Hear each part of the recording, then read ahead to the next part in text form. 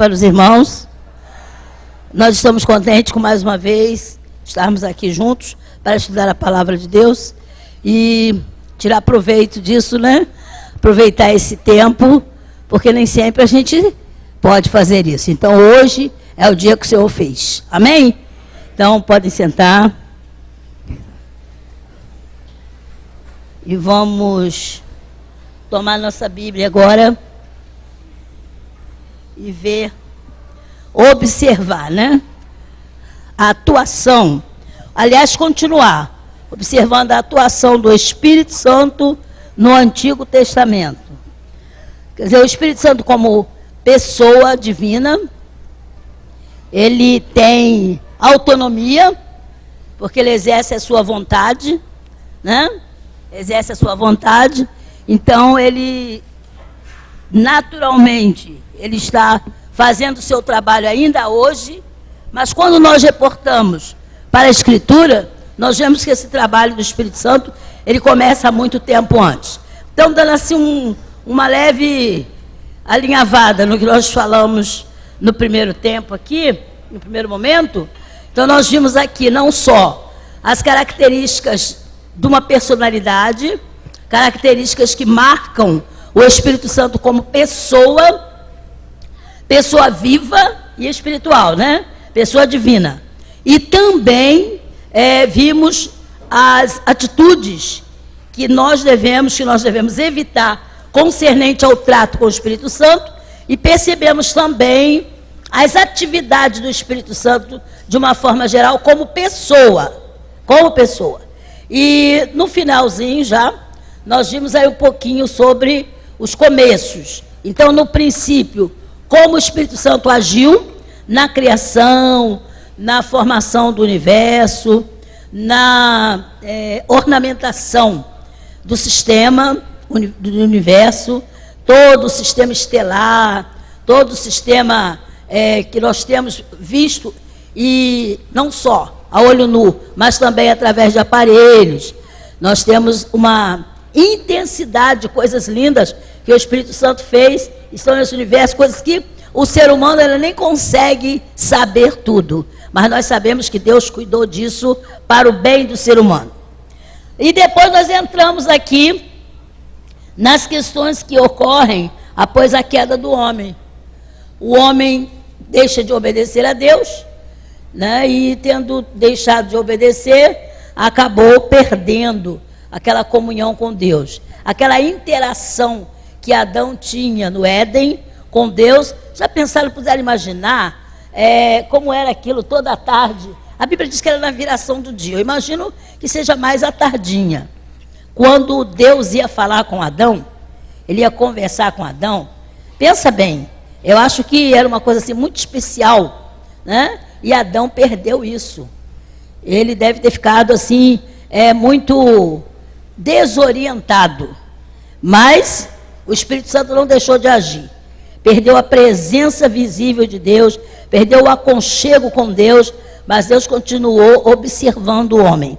E aí nós chegamos após o dilúvio.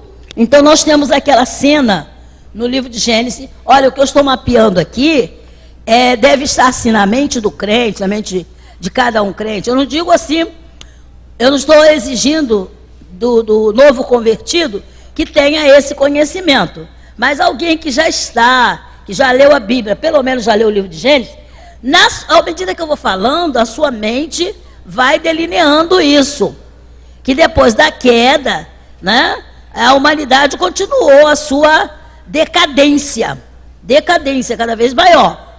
Aí houve a morte de Caim por Abel, ou Abel por Caim, né? Abel morreu nas mãos de Caim, e houve toda aquela situação até que ao dilúvio. Depois do dilúvio, esperaria-se que a humanidade agora vai ter um freio, mas não teve. Torre de Babel foi um dos passos primeiros, né? E lógico que o juízo de Deus foi misturar as línguas. E nessa mistura de línguas, a humanidade fez aquilo que Deus mandou no começo: espalhe-se, encham a terra. Bom, se espalhando, cada um foi para o seu canto. Dos 3 filhos de Noé, cada um deles se ramificou para um espaço do mundo conhecido naquela época, que não era a nossa parte aqui, esse nosso espaço geográfico. Vocês vão ver aí numa outra aula, o espaço geográfico que nós ocupamos, o Brasil, naquele tempo, não, naquelas instâncias não era conhecido.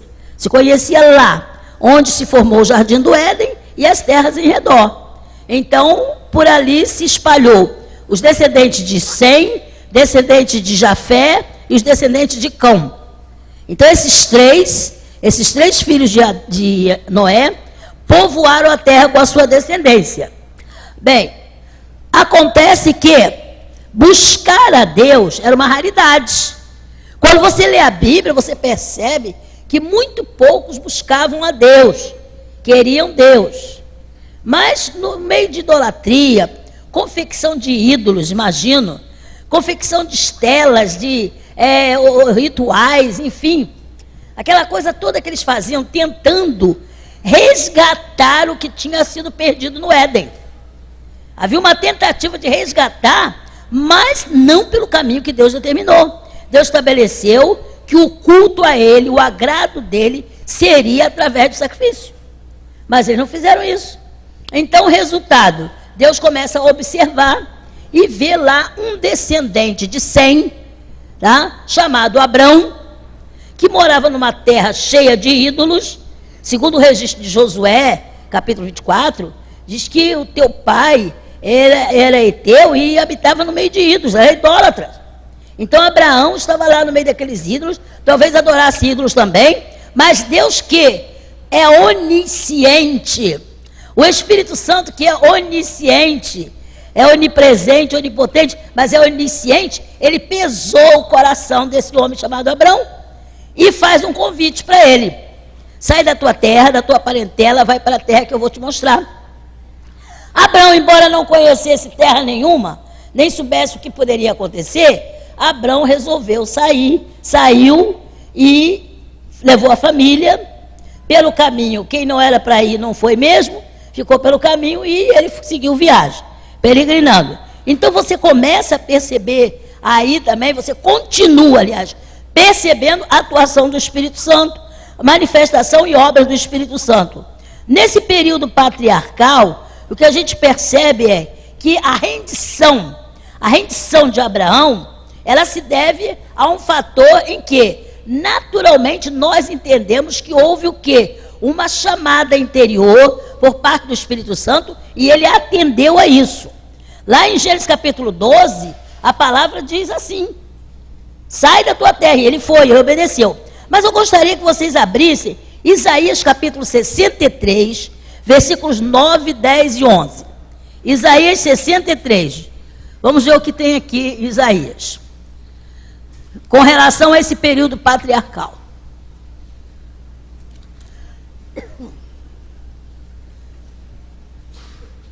Sessenta e três, 9, 10 e 11.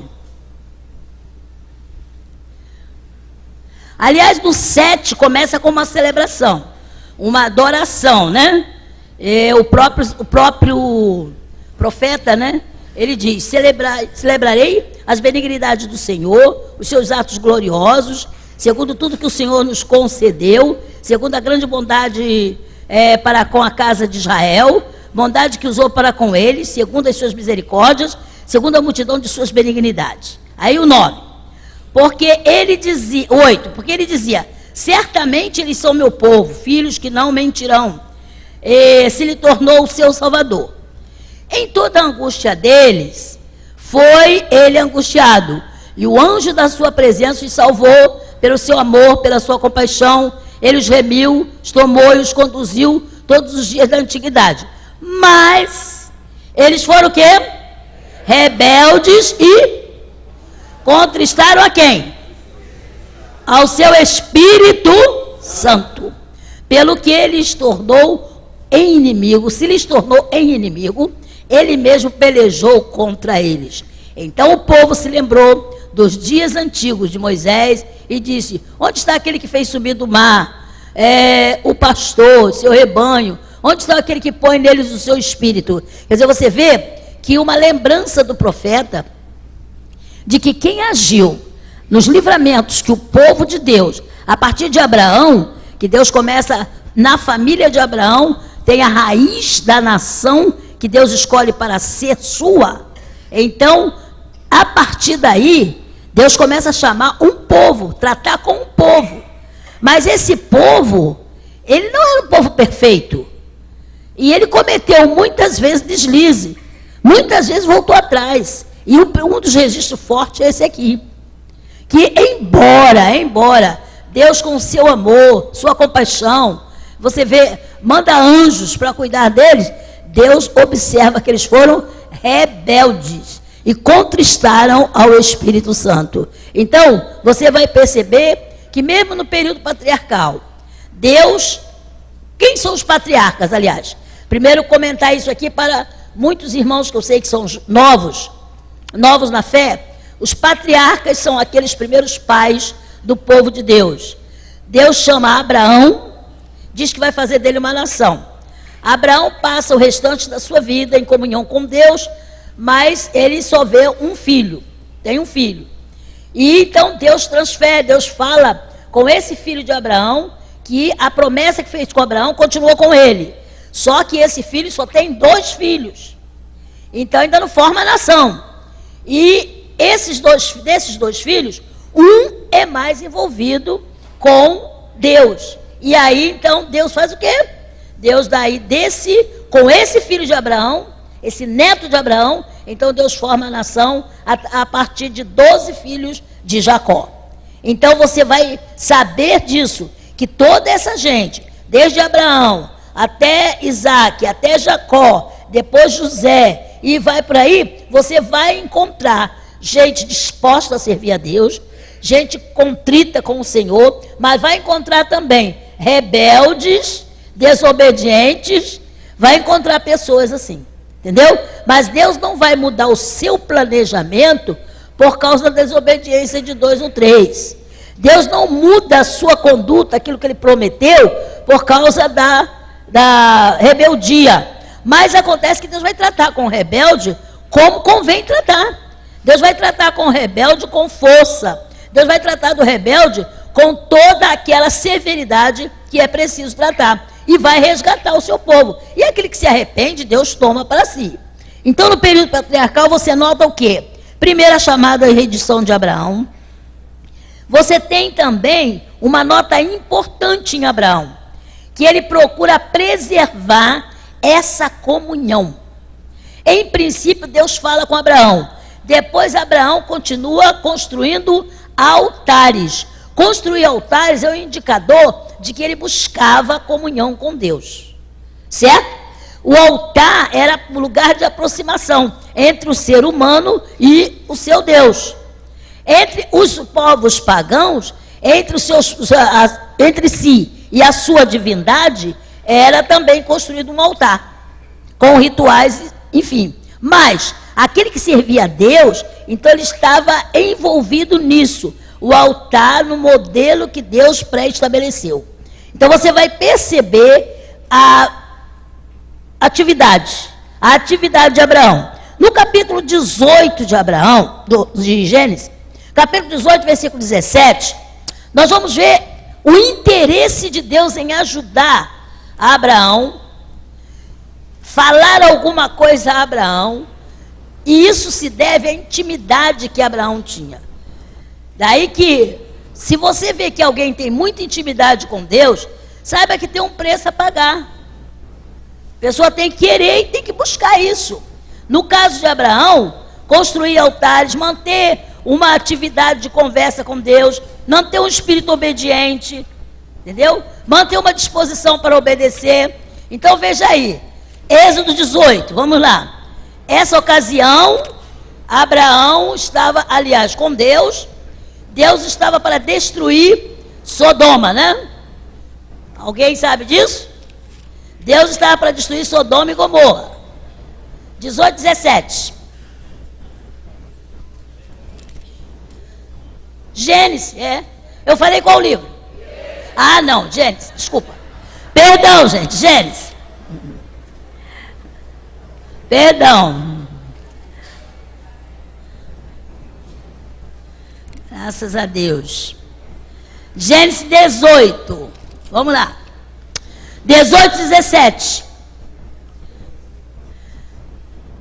Podemos ler? Disse o Senhor: ocultarei a Abraão o que estou para fazer, visto que Abraão certamente virá a ser uma grande e poderosa nação, e nele serão benditas todas as nações da terra? Então, porque eu o escolhi, para que ordene seus filhos e a casa dele, depois dele, a fim de que guardem o caminho do Senhor e pratiquem justiça e juízo, para que o Senhor faça vir sobre Abraão o que tem falado a seu respeito. Então você vê aí o nível de comunhão. Se Abraão não mantivesse uma comunhão, uma conversa diária, um envolvimento com Deus, com certeza Deus não teria por que contar as coisas para Abraão. E depois, mais tarde, nós temos evidência na Bíblia de que Deus chama Abraão de meu amigo. Então, por que isso? Porque Abraão buscava essa amizade, mantinha essa amizade com Deus. Então, comunhão com o Espírito Santo, comunhão com Deus, comunhão com a Trindade. E uma coisa também, então o que acontece? Esses patriarcas, estou falando aí de Abraão, mas você vai encontrar também um outro a quem Deus deu habilidade para administrar, que é José. Donde José pôde aprender toda aquela atividade que ele realiza lá no reino, no Império Faraônico, somente pelo Espírito Santo. Então José foi escolhido, Deus conduz a vida de José. José revela desde cedo uma inclinação para obedecer, revela uma inclinação para se render a Deus, e com isso Deus acompanha José.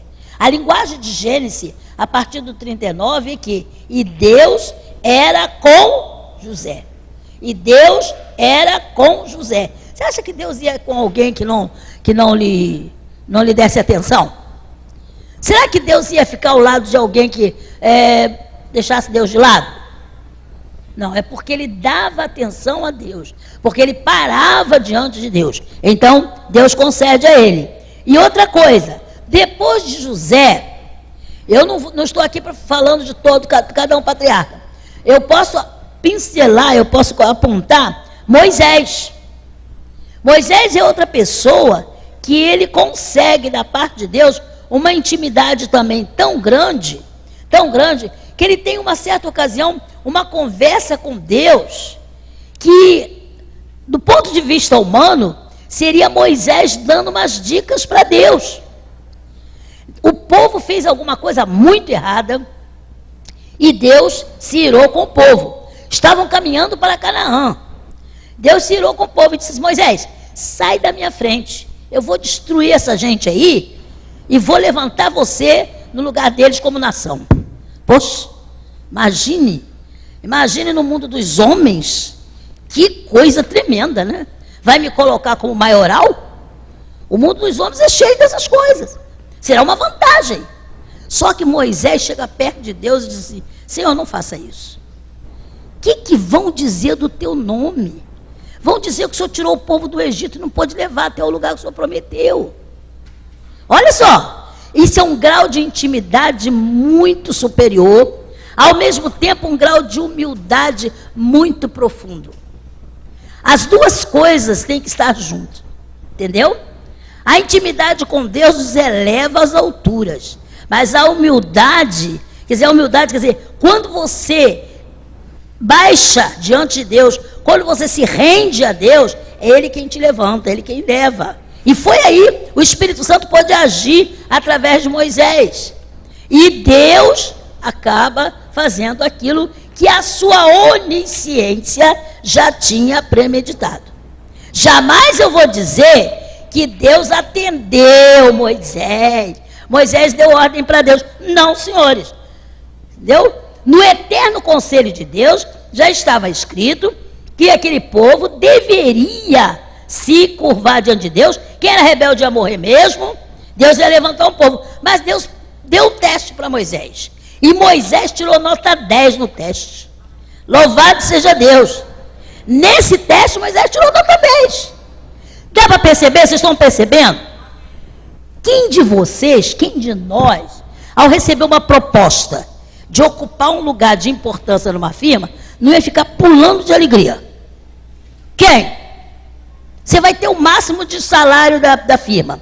Você vai ter isso, vai ter aquilo, vantagens e vantagens. Você vai ficar contente. Só que Moisés não quis isso. Moisés lembrou do nome do Senhor. É o nome, a preservação do nome. O nome do Senhor. Louvado seja Deus. E graças a Deus, por esse exemplo está na Escritura para nós.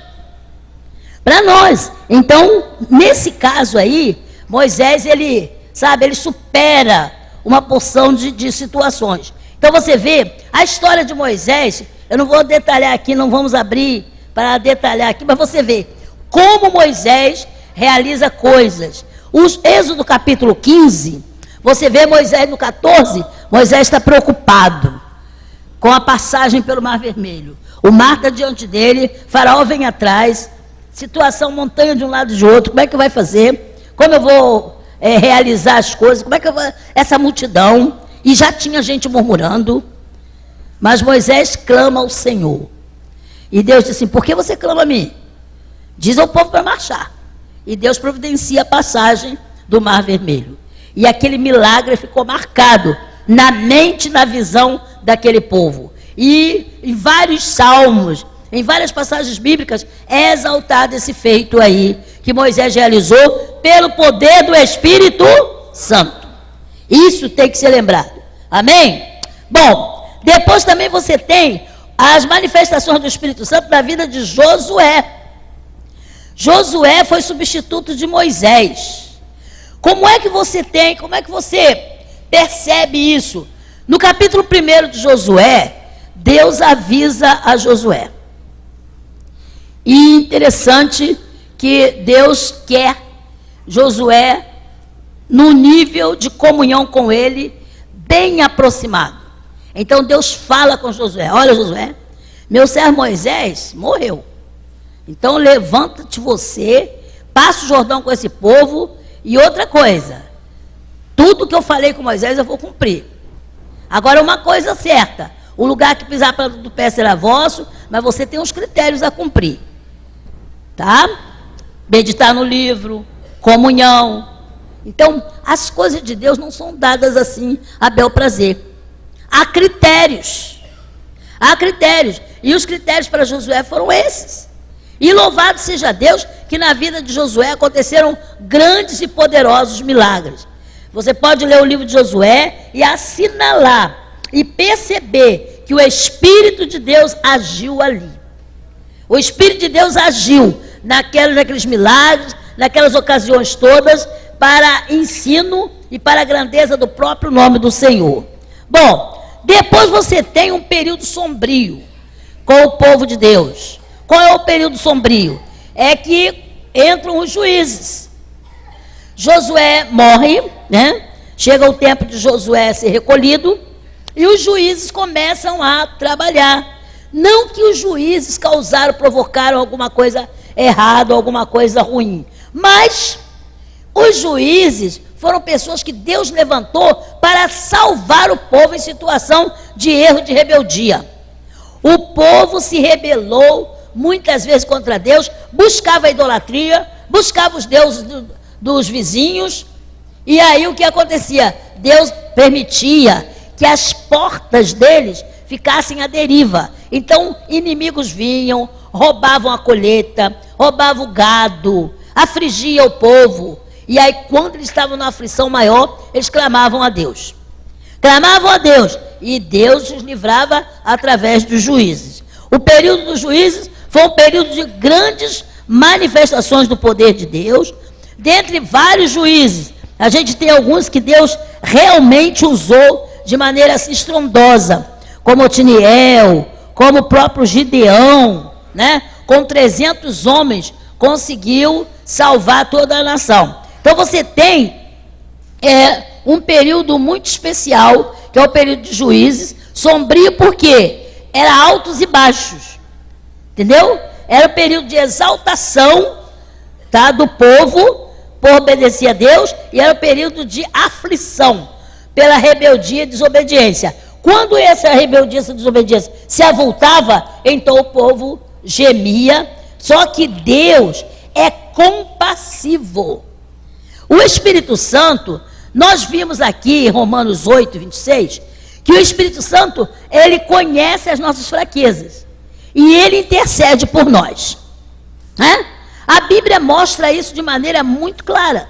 E nessa situação, no decorrer da história do povo de Deus, na Bíblia, você percebe Deus cuidando do povo dessa forma, sabe? Então você vai ver os momentos em que Deus realmente vai chamar a atenção do povo para mudar de atitude, para buscar a Ele. E o povo vai com aquela contrição toda, mas em muitos deles não havia aprofundamento de coração. E se repete hoje. E se repete hoje. Às vezes a pessoa está buscando a Deus, está na igreja, está servindo a Deus, mas quando vem uma tribulação, é que ela vai se despertar para buscar a Deus. De coração profundo mesmo, sinceridade, abertura de alma, confissão de pecados, entendeu? Romper com certas correntes que prendem a pessoa ao erro, ao mal. Nós precisamos disso. Nós precisamos